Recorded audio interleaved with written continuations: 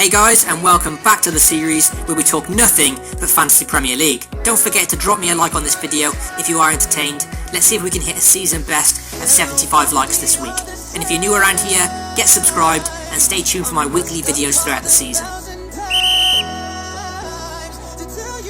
Heading into Game Week 8, a lot was demanded of the Bretsby Babes, following a disappointing return of only 39 points before the international break. Simply, it wasn't good enough, and rightfully so, the fans demanded a response.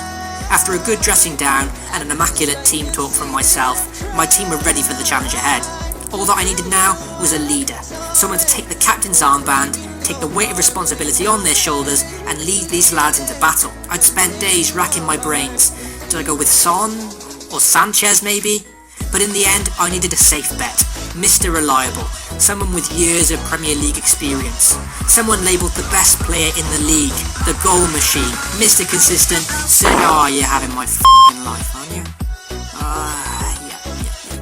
Seems about right, doesn't it? Alright, so our captain let us down this week. And it turned out to be a whirlwind game week for owners of Aguero. Firstly, the disappointment of him not starting, then a sense of promise as he came off the bench, to sheer elation when he was awarded the penalty, only to be left in horror and self-loathing as he subsequently missed the penalty and left himself on minus points for the game week. Nightmare fuel. But I won't be dwelling on this disappointment any longer, because on the day, other players from my side stood out and have bagged my team a very respectable 55 points. I'm a lot happier with this total than I'd usually be, because it ended up being quite a difficult game week overall, with the average of 39 being the lowest of the season. So despite the shocker from Aguero, ultimately this was a very admirable game week for the Bretsby Babes, and should hopefully keep you the fans happy. And the fact that I took 0 point hits this week makes it all the more sweeter.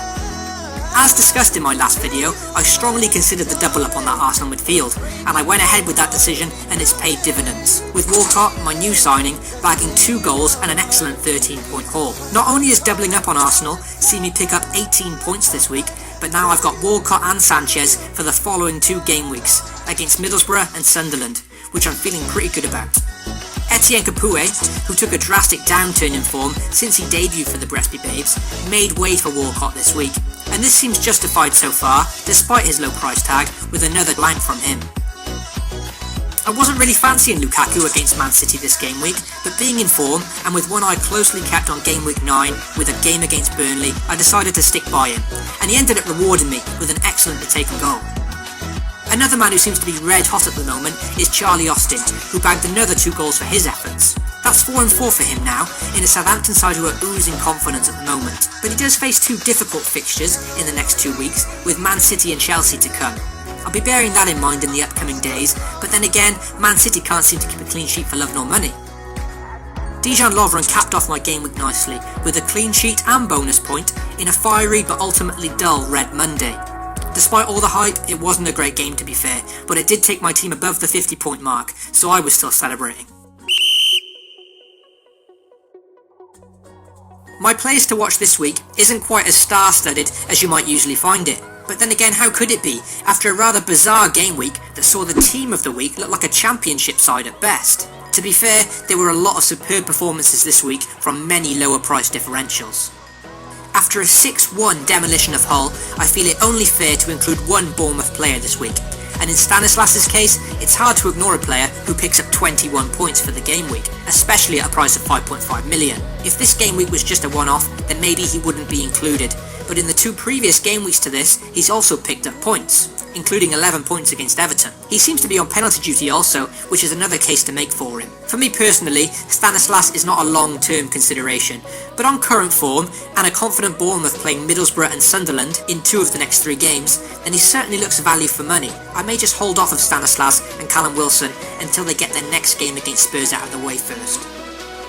Joe Allen is a player I never thought I'd be mentioning in a player to watch section, and generally fits the mould of a player that you'd never put in your side from an FPL perspective. But since Stoke's small upturn in form, Allen has been pivotal and their brightest spark. The Welsh curler seems to have a much more creative role in that Stoke team, and now has 4 goals in his last 3, after 3 exceptional game weeks, and his ridiculously cheap 4.9 million valuation. It seems to have bandwagon trap written all over it, and it's normally the kind of formula that has always hurt me in the past. I mean, surely he can't continue this form, right? I thought that for weeks with Capoue, and he kept proving me wrong. Whether it's genius or suicide, I'm sure a lot of people will be taking a punt on him this week. And with Stoke's fixture list looking mouth-watering until mid-December, you can see why. Plus, he plays Hull next, who are conceding goals for fun at the moment. What a headache this might turn out to be. Theo Walcott retains his place in my players to watch this week after another impressive display against Swansea. I knew it was never going to be easy for Arsenal against their bogey side, but Theo did well to lead his team to victory. He really should have had 3 or 4 in this game, with many chances to improve his tally, and I suppose this is the more frustrating side to him. But as an FPL manager, you still can't complain with 4 goals and 2 assists in his last 4 outings. Arsenal's fixtures remain favourable too, so I can see a lot more Walcott owners cropping up this week. It only took Diego Costa 7 minutes against the defending champions to continue his hot streak, and now he has a point return in 7 of the opening 8 game weeks. On this kind of form, it seems ludicrous that he's currently out of my side, and out of anyone's for that matter, but as it stands, I would play with caution, as he is only 1 booking away from a ban. With United in his next game, it could be a spicy affair, so it could go either way for him.